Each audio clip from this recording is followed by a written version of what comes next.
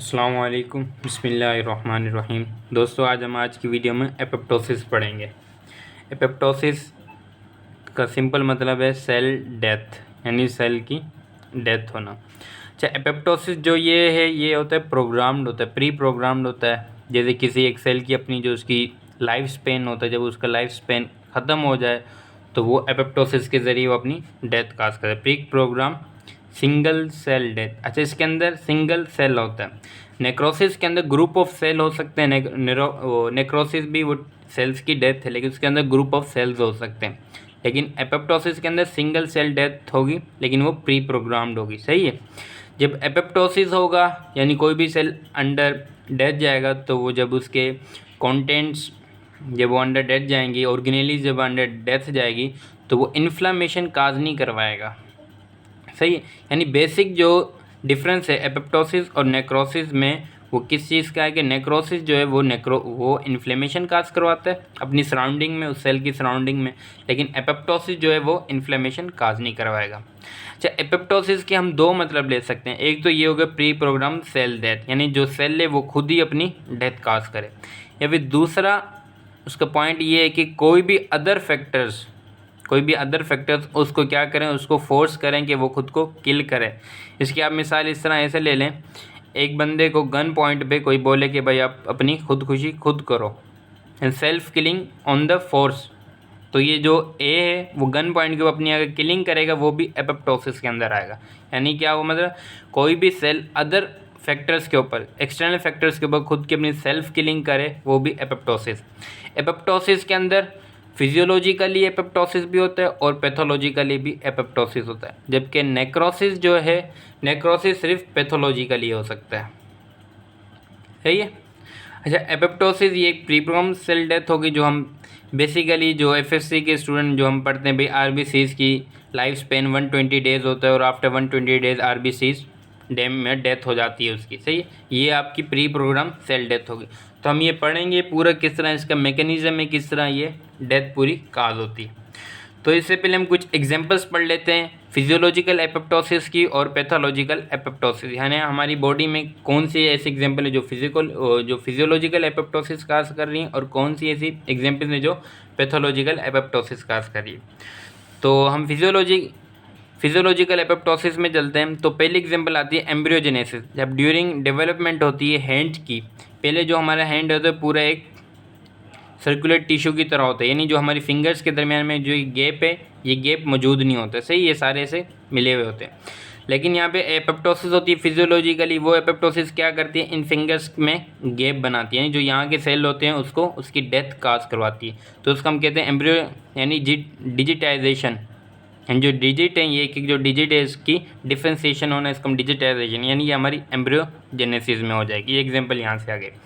दूसरी एग्जांपल ऐसे सेल जो हार्मोन के ऊपर डिपेंडेंट हो, जैसे मेंस्ट्रुएशन साइकिल की जब शेडिंग ऑफ होती है, मेंसेस होता है, तो वहाँ पे जब प्रोजेस्टेरॉन हार्मोन का लेवल और एस्ट्रोजन हार्मोन का लेवल जब डाउन हो जाता है, तो वहाँ पे जो एंडोमेट्रियल जो सेल्स होते हैं, सही है, किसके, एंडोमेट्रियल सेल जो होते हैं आपके यूट्रस वाल के, वो क्या होते हैं, शेड ऑफ हो जाते हैं। तो ये भी सब वहाँ पे जो शेडिंग हो रही है एंडोमेट्रियल सेल की, एंडोथीलियल सेल की, वो भी कौन से प्रोसेस के जरिए हो रही है, एपोप्टोसिस के जरिए होती है।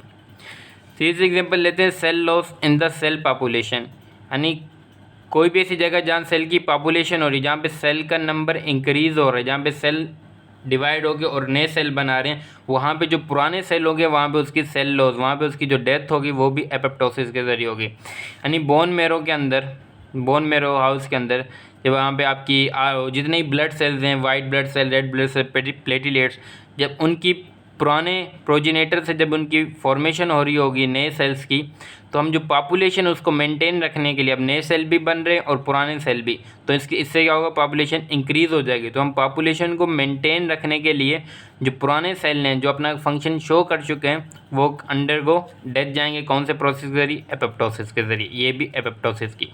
इसी तरह इंटेस्टाइन के अंदर हमने क्रिप्स ऑफ लाइबर कोहान पढ़ा है। वहाँ पे भी जब इस क्रिप्स जो होते हैं, जब इसकी फॉर्मेशन हो रही होती है, जब नए क्रिप्स बन रहे होते हैं, नए क्रिप्स सेल फॉर्मेशन हो रही होती है, जो पुराने में होते हैं वो भी क्या हो जाते हैं, वो भी डैमेज हो जाएंगे, वो भी अंडरगो एपोप्टोसिस डेथ काज करवा देंगे। इसी तरह हमारी स्किन के अंदर रेगुलरली रोज़ाना की बुनियाद पर लाखों करोड़ों सेल बन रहे होते हैं, और जो पुराने सेल होते हैं ताकि पॉपुलेशन मेंटेन रखें, जो पुराने सेल होते हैं वो भी अंडरगो डेथ जाएंगे किसके ज़रिए, एपोप्टोसिस के ज़रिए। ये भी एग्जांपल है। या फिर कुछ ऐसे सेल, लॉस ऑफ सेल, कुछ ऐसे सेल जो उसका यूज़फुल पर्पस था, यानी कोई भी सेल उसका एक पर्पस था, जो उसका फंक्शन था, जब वो पूरा हो जाता है तो वो भी सेल डेथ हो जाएगा। कौन से प्रोसेस के ज़रिए, वो भी एपोप्टोसिस के ज़रिए, यानी उसके सर्वाइवल सिग्नल्स नहीं होंगे। इसकी मिसाल है न्यूट्रोफिल्स जब एक्यूट इन्फ्लेमेटरी रिस्पॉन्स के बाद जब अपना फंक्शन दे देंगे इन्फ्लेमेशन के अंदर, तो न्यूट्रोफिल्स भी अंडरगो डेथ बाय एपोप्टोसिस। इसी तरह लिम्फोसाइट इम्यून रिएक्शन के अंदर इम्यूनिटी प्रोवाइड करने के बाद, इम्यूनिटी जब प्रोवाइड कर देगा, अपना यूजफुल फंक्शन अदा कर देगा, तो वो भी अंदर डेथ जाएगा by apoptosis. Auto reactive T lymphocyte, ये भी यानी हमारे जब थाइमस जब डेवलप हो रहा होता है तो उसके अंदर कुछ ऐसे टी लिम्फोसाइट बनते हैं जो क्या काज करवाते हैं, सेल्फ डिस्ट्रक्शन काज करवाते हैं हमारी बॉडी में, यानी ऑटो इम्यून रिएक्शन काज करवाते हैं। तो उन ऑटो टी रिएक्टिव सेल जो होते हैं वो भी अंडरगो एपोप्टोसिस जाते हैं। ये भी फिजियोलॉजिकली है। क्यों जाते हैं? अगर ये एपोप्टोसिस ना हो इन सेल की, तो ये हमारे जो नॉर्मल सेल हैं बॉडी के अंदर उसकी क्या काज करेंगे, उसकी डेथ काज करवा देंगे ये, यानी क्यों, ये ऑटो इम्यून रिएक्शन शो करेंगे जिसकी मुख्तलिफ डिजीज़ है। एक last example, cell death induced by the cytotoxic T lymphocyte. Cytotoxic T lymphocyte ये हमारे फंक्शनिंग सेल हैं। ये क्या करते हैं, ये करते हैं कोई भी सेल है उसके ऊपर वायरल इन्फेक्शन हुआ, यानी ये इन्फेक्टेड सेल होगा, वायरल इन्फेक्टेड सेल होगा। ये हम नेक्स्ट वीडियो में पढ़ेंगे किस तरह साइटोटॉक्सिक लिम्फोसाइट किस तरह ये अपना एपोप्टोसिस काज करवाते हैं। ये वायरल इन्फेक्टेड सेल है, तो यहाँ पे साइटोटॉक्सिक टी लिम्फोसाइट आएंगे, वो क्या करवाएंगे, इस सेल की डेथ करवाएंगे। इस सेल की जो डेथ होगी, इस सेल की जो डिस्ट्रक्शन होगी, वो भी एपोप्टोसिस के प्रोसेस के ज़रिए होगी। ये हमारी फिजियोलॉजिकल एग्जांपल्स होगी एपोप्टोसिस की। पर ये याद रखना है, इसके इन्फ्लेमेशन नहीं काज करवाएगा, ये प्री प्रोग्राम होगी, सिंगल सेल होंगे, सही है। और जो इसकी ऑर्गेनेलीज होंगी, ऑर्गेनेलीज जो हैं एपोप्टोसिस के अंदर वो कंडेंस्ड होती हैं, श्रिंकेज हो जाएगा, सेल क्या हो जाएगा, श्रिंक हो जाएगा। और इसके अंदर जो प्लाज्मा मेम्ब्रेन है, प्लाज्मा मेम्ब्रेन इसमें रप्चर नहीं होगी, जबकि नेक्रोसिस में प्लाज्मा मेम्ब्रेन रप्चर होगी और अंदर वाले जितने भी कंटेंट्स हैं वो बाहर आ जाएंगे और बाहर आके वो इन्फ्लामेशन काज कर देंगे, सही है। अब हम चलते हैं पैथोलॉजिकल एग्जांपल्स क्या हैं एपोप्टोसिस की। यहाँ पे कुछ एग्जांपल्स शेयर करूँगा, यानी डीएनए डैमेज हो जाए। अब डीएनए डैमेज किन कंडीशन क्या काज होगा, डीएनए का डैमेज का, हीट यानी टेम्परेचर की वजह से अगर डीएनए डैमेज हो जाता है। साइटोटॉक्सिक एंटी कैंसर ड्रग्स लेते हैं, उसकी वजह से भी डीएनए डैमेज हो सकता है। रेडिएशन, एक्सरेज वगैरह से भी हमारा डीएनए डैमेज हो सकता है, या हाइपोक्सिया हो जाए, loss of blood supply to the tissues या सेल। इस कंडीशन में अगर डीएनए डैमेज हो जाता है, अगर इतना डैमेज हुआ है कि वो रिपेयर हो जाए, तब एपोप्टोसिस नहीं होगा। अगर डैमेज के जो सिवियरिटी, जो इंटेंसिटी है वो बहुत ज़्यादा है, इतनी ज़्यादा कि वो रिपेयर नहीं हो सक रहा, तो फिर हम क्या करते हैं, उस डीएनए की पैथोलॉजिकली एपोप्टोसिस हो जाती है। क्यों हो जाती है? अगर ये डीएनए डैमेज हुआ है तो इसके अंदर म्यूटेशन होगी, जब म्यूटेशन होगी तो ये कोई भी ट्यूमर काज कर सकता है, कैंसर काज करवा देगा। तो इसीलिए ये जो वाला जो डीएनए डैमेज, जो डीएनए विदाउट अगर उसकी रिपेयरिंग नहीं हो रही, बहुत ज़्यादा सिवियरिटी, इंटेंसिटी ज़्यादा डैमेज की, तो वो एपोप्टोसिस पैथोलॉजिकली हो जाएगा। Accumulation of the misfolded protein. अब मिसफोल्डेड प्रोटीन क्या होती हैं? जब प्रोटीन बन रही होती है राइबोसोम के ऊपर ट्रांसलेशन की जब प्रोसेस हो रहा होता है, वहाँ पे एक प्रोटीन होती है चेप्रियंस, ये भी एक प्रोटीन है। चेप्रियंस का काम क्या होता है? इसका काम क्या होता है? इसका काम ये होता है कोई भी प्रोटीन बनी है तो उसकी फोल्डिंग, रेगुलर फोल्डिंग काज करवाएगी ये। कोई भी ऐसे फैक्टर्स जो इस प्रोटीन को ख़त्म कर दें, इसको डिस्ट्रॉय कर दें, इसकी एब्सेंस काज करें, तो वहाँ पे क्या होगा, जो भी प्रोटीन बनने वाली होगी वो सही तरह फोल्ड नहीं होगी। जब वो सही तरह फोल्ड नहीं होगी तो वो मिसफोल्ड, यानी उसका जो फंक्शनिंग है, नॉर्मल फंक्शनिंग, वो हो नहीं पाएगी। और प्रोटीन की फॉर्मेशन कहाँ पे होती है? रफ एंडोप्लाज्मिक रेटिकुलम के ऊपर होती है। रफ एंडोप्लाज्मिक रेटिकुलम के ऊपर राइबोसोम होता है। जब ये मिसफोल्डेड प्रोटीन इतनी ज़्यादा हो जाएगी कि वहाँ से राइबोसोम डीअटैच हो जाएगा, और एंडोप्लाज्मिक रेटिकुलम जो है, रफ एंडोप्लाज्मिक रेटिकुलम, उसके ऊपर स्ट्रेस आ जाएगा। स्ट्रेस किस चीज़ का आ जाएगा? मिसफोल्डेड प्रोटीन का। तो वहाँ पे भी क्या होगी, वहाँ पे एपोप्टोसिस होगी, इस मिसफोल्डेड प्रोटीन और एंडोप्लाज्मिक रेटिकुलम ये जो सेल है वो पूरा डेथ हो जाएगा, ये पैथोलॉजिकली।